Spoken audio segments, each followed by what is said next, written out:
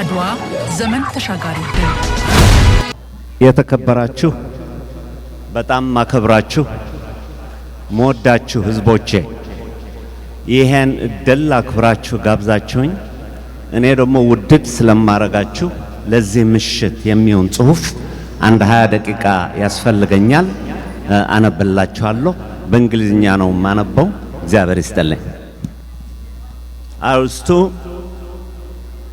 rendezvous with Adwa, an African story of defiance and triumph. I'm proud of Ethiopia's place in the history of the human species. I am reminded of ancient Egypt's 4,500 years of presence and Ethiopia's role in Egyptian dynasties and the magnificence of Nubia in the annals of world history. I love being an Ethiopian, and I'm honored to have been born to Ethiopian lands. I'm humbled by our sublime mountains designed to nurture spirituality, manifest in the birth of the great thinkers who grew up there. My soul is pervaded by the depths of thought that the ravines and valleys inspire in me. My eyes are drunk with the beauty of the lush and green of the south, which greet me when I land from Ethiopian Airlines to visit my homeland. My heart vibrates when it listens to the roaring sound of the saxophone and the sharpness and power of the trumpet in classical Ethiopian music. How many times have I shed tears of passion as Tizita pierced my sensitive heart in the darkness of a lonely night. How often have I fallen in love with those round and bright Ethiopian eyes resting on the ravishing bodies of our women. How tirelessly do I admire our dance and the cuisines that accompany them. How desperately have I wished that I could master all our ethnic dances and consume their cleansing fragrance when one is possessed by them. It is this Ethiopia, the Ethiopia of Zara Yacob, the founder of African enlightenment and the symbol of African independence and greatness, which the Italians dared to colonize and which our ancestors contained heroically, thereby staining Europe's invincibility.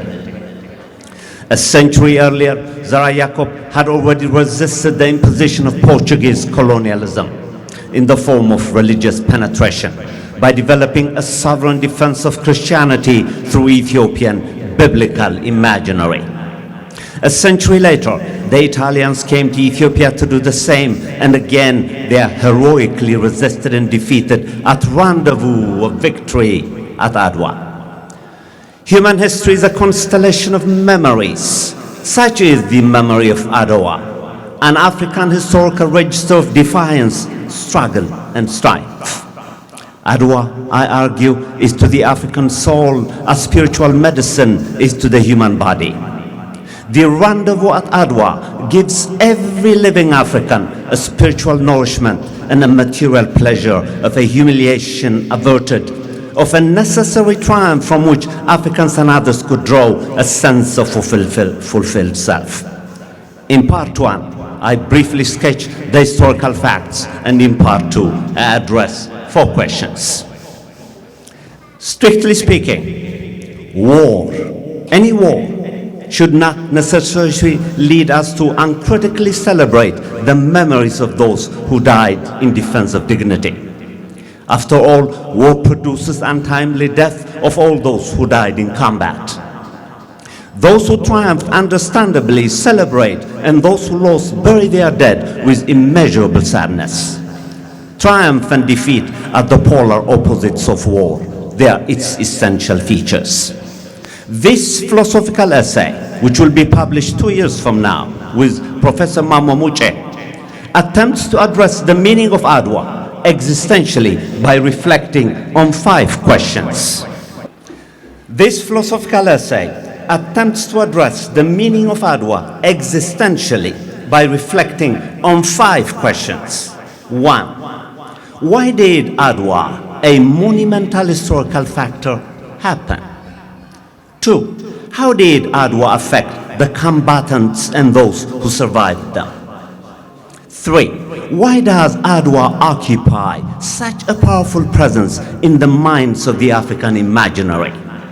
4. What are the living lessons that Africans draw from the memory of Adwa?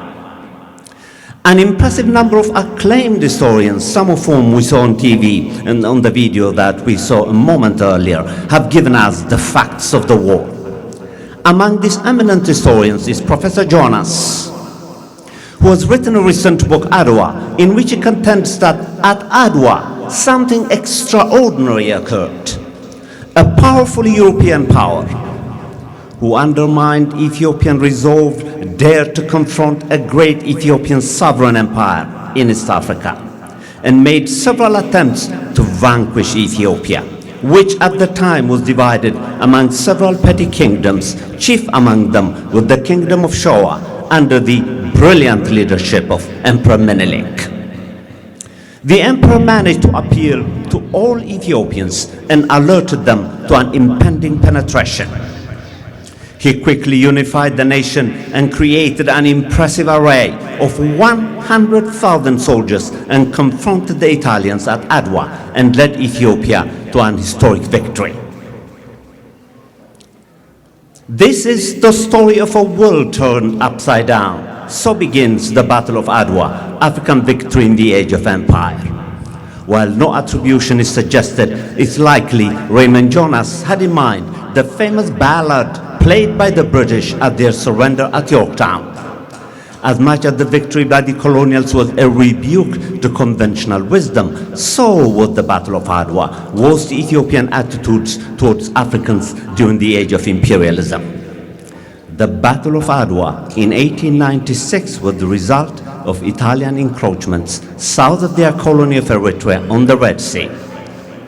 Though bound by the Treaty of Wuchale in 1889 to friendship, the Italians and Ethiopians had different opinions about the nature of that friendship. Adwa happened because the imperial European powers wanted to partition Africa, as if they are merely partitioning stones without souls among themselves. Enticed by the renowned beauty of the African continent, the lush, the green, the sublime mountains, and not to mention the gold, diamond, cobalt, copper, zinc, and oil deeply buried in the wealthy continent, the Europeans were determined to divide the African land and its people among themselves. The European imperial projects could not be carried out without African resources and African labor power. This was the main reason behind the commodification of the African people in Ethiopia. Of course, this scramble for African land was fortified by the racist gaze which accompanied the European barbarism. The European scramblers trained European citizens that African resources are in the hands of a racially inferior people and that the Africans there are not fully human and that they could be barbarously treated because they are not as human as the Europeans who are stealing their lands. In this way, the bayonets and guns of the imperial project were powerfully buttressed by the cultural restraining of Europeans themselves as a superior part of the human species. Physical imperialism was complemented by an epistemic and cultural racism. The cultural groundwork seamlessly supported the imperial project of organized theft and systematic destruction of the cultural achievements of Ethiopians, a symbol of African pride and African historicity. Italy assigned itself the historic task of daring Ethiopia to be part of the larger European project. The historic rendezvous with Adwa must have necessarily impacted the victors and the vanquished differently. The vanquished, namely the Italians, were humiliated on a broad daylight. Their self-imposed understanding of themselves as superior over the Ethiopians they attempted to vanquish suffered profound humiliation. Their military commanders reluctantly accepted that they are invincible. To this day, this historical record of a triumphed African nation is not easily taught at European and American schools to this very day. Professors and teachers must make heroic efforts to expose this history in the schools of the global north and sections of the global south, where our children go to school. This extraordinary stain on the historical flowers of the global north has caused so much damage that renowned historians in the global north prefer not to broach the subject in all its details and greatness. Of course, there are exceptions, as I showed in the first part of this essay. The effects of Adwa on the Ethiopian victors, on the other hand, are huge in several senses. Consider the following. First, the psychological benefits for Ethiopians and other Africans, for dark-skinned people everywhere, cannot be overemphasized. Schools and universities in the global south are beginning to wake up to soberly assess the meaning of this victory for the psyche of the black soul. Discovering that a major European nation, powerfully militarized as part and parcel of the imperial project for the scramble of Africa, finding itself defeated by a historic nation, has damaged and tarnished the European self-image of superiority, invincibility, and military prowess. At Adwa, this history was tainted, and ultimately disfigured. Whereas the vanquished sense of self was disordered and radically humanized, the psyche of the victors was emboldened and reconfigured. Educators of dark-skinned human beings everywhere are using this history to reconstruct the conceptual and linguistic minds of the colonized world. The projects of conceptual and linguistic decolonization that Kwasi Wiredu, the preeminent Ghanaian philosopher, and the renowned Kenyan writer Ngugi wa Thiong'o are resourcefully using this history of triumph to rebuild the broken African self. Our brothers and sisters, in the hands of these brilliant thinkers, Adwa is a powerful source of African healing, and for that matter, the healing of all colonized people. This question builds on a second one. The two questions work in tandem. Colonization has caused havoc on the lives of the colonized. Its effects still linger in the lives of modern Africans. The task of healing is a huge project. African minds are still haunted by the damaging effects of the colonial experience. Colonialism has indeed been halted, but colonized minds are still prevailing in all spheres of African lives, sadly, even in our beloved Ethiopia. Modern African lives are indeed occupied by the ramifications of the brutal colonial past, a past which continues to be interrogated by the African novel and African philosophy. From South Africa, a story of triumph modeled after the rendezvous with Adwa, through Central Africa to the tips of North Africa, nation after nation ended colonialism, which indeed is the first step of the decolonized project. However, almost all contemporary African institutions are still linked to the vestiges of colonialism, insofar as Africa remains to depend on the foreign aids thrown at its institutions, and that its massive resources are not internally developed but sent to the European and American investors because we Africans are busy fighting ourselves, who then send manufactured goods to be rebought by the African state at exorbitant prices. This economic relationship points to not the success symbolized at Adwa, but rather to the slavery continued by other means. I'm finishing. Of course, the situation in Adwa was an open aggression, which was contained mightily by classical Ethiopian fighters, symbolized in that brilliant drama that my brothers and sisters treated us to, for which I am grateful. Adwa was a military confrontation. The prevailing unequal relation is a culturally run neo-colonial machine which must also be confronted. In this sense, the modern African state, like Adwa, is culturally and economically occupied, and that this situation calls for action.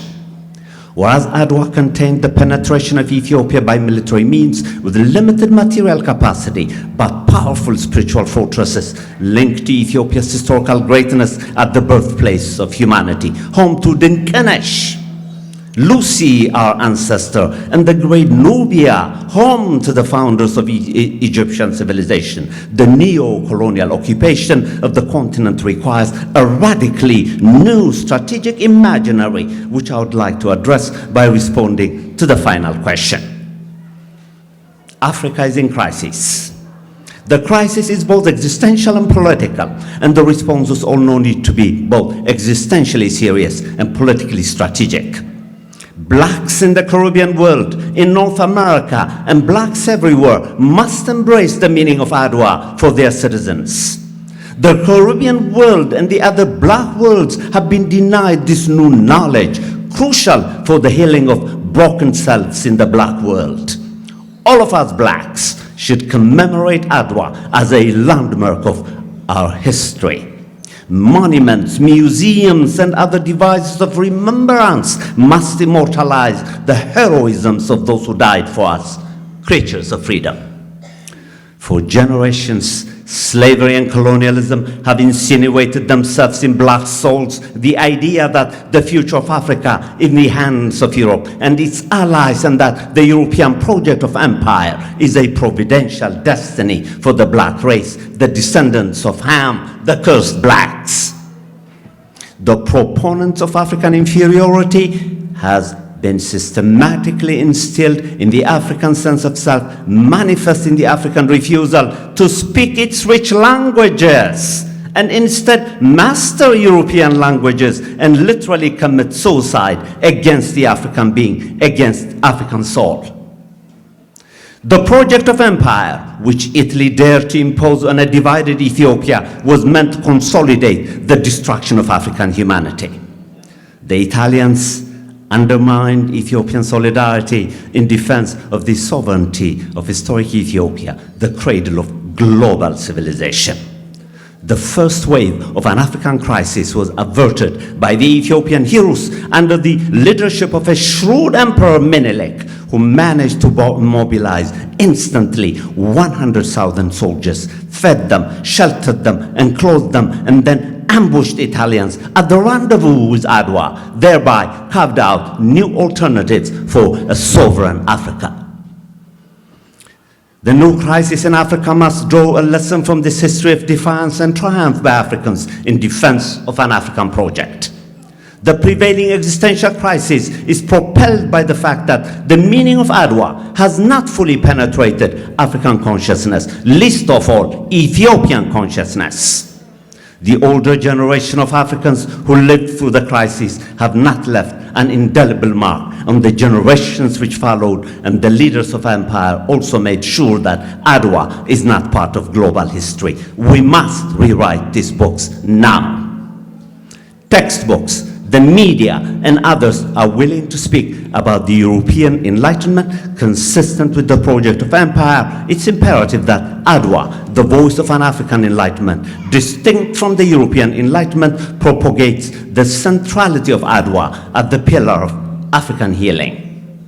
This categorical imperative can be narrated only by the memory of Adwa as new knowledge for the new African generation in order to spearhead an African-driven project of development. Existential seriousness demands from us Africans, demands from us Ethiopians, that we use Adwa as new knowledge of African triumph and African prospects of an alternative development propelled by an African gaze. Concluding, Adwa and the Global South. In the age of empire, the European project took a racial structure. This project can only be guided by the optics of the racial gaze. We know very little about the reaction of the Italian public to the Italian military adventure led by deeply flawed military strategists who misunderstood the Ethiopian national mood in times of crisis, which called for all Ethiopians to bracket their divisions and come in unison at the rendezvous with victory, a victory which lost 17 to 18,000 Ethiopian lives and 6,000 Italian soldiers. The loss on both sides was massive, and the tragedies insurmountable by sorrow. Only irrational minds could celebrate death on any scale. Adwa introduces an African enlightenment which counters the European enlightenment which was organized on the backs of dark-skinned people everywhere. The Enlightenment philosophers such as Kant did not include the African as part of the Enlightenment project. Indeed, the imperial project, of which Italy is one, did not consider people of dark skin as having the capacity to enlighten themselves. Conclusion: African enlightenment is an activity and responsibility of all those who would otherwise be demolished by the rapaciousness of empire and the barbarism of capitalism. The European Enlightenment was a self-centered project that deliberately only winced at blacks as part of humanity. The African Enlightenment, which Zara Yacob pioneered, is global in scope. Only it articulated itself from African soil, it projected toward the world as a whole, with Ethiopia at the source of this global mission. Zara Yacob is a paradigmatic example of the global South fully functioning as a source of value for human beings everywhere. The consciously and proudly God-centered theodicy of Zara Yacob, our philosophical grandfather, legislates for God's children. This is a genuine enlightenment which does not discriminate but embrace all of God's creatures.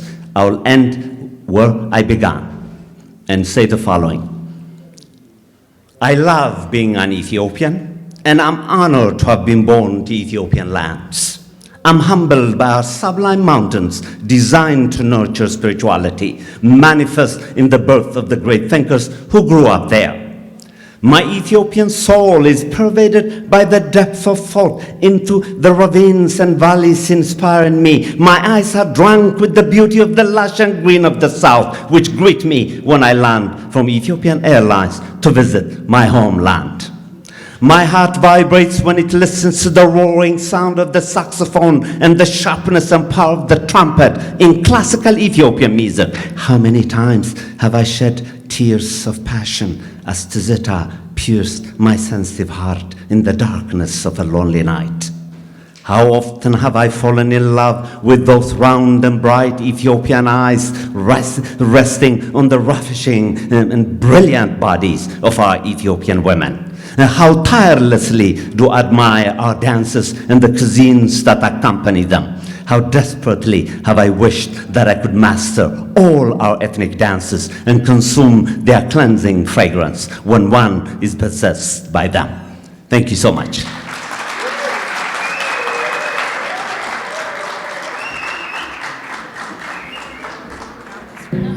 Professor Teodros Kiros, በጣም እናመሰግናለን. We thank you very much for coming, taking your time to present for all of us. So we should have done it in the middle of the program. በጣም እናመሰግናለን.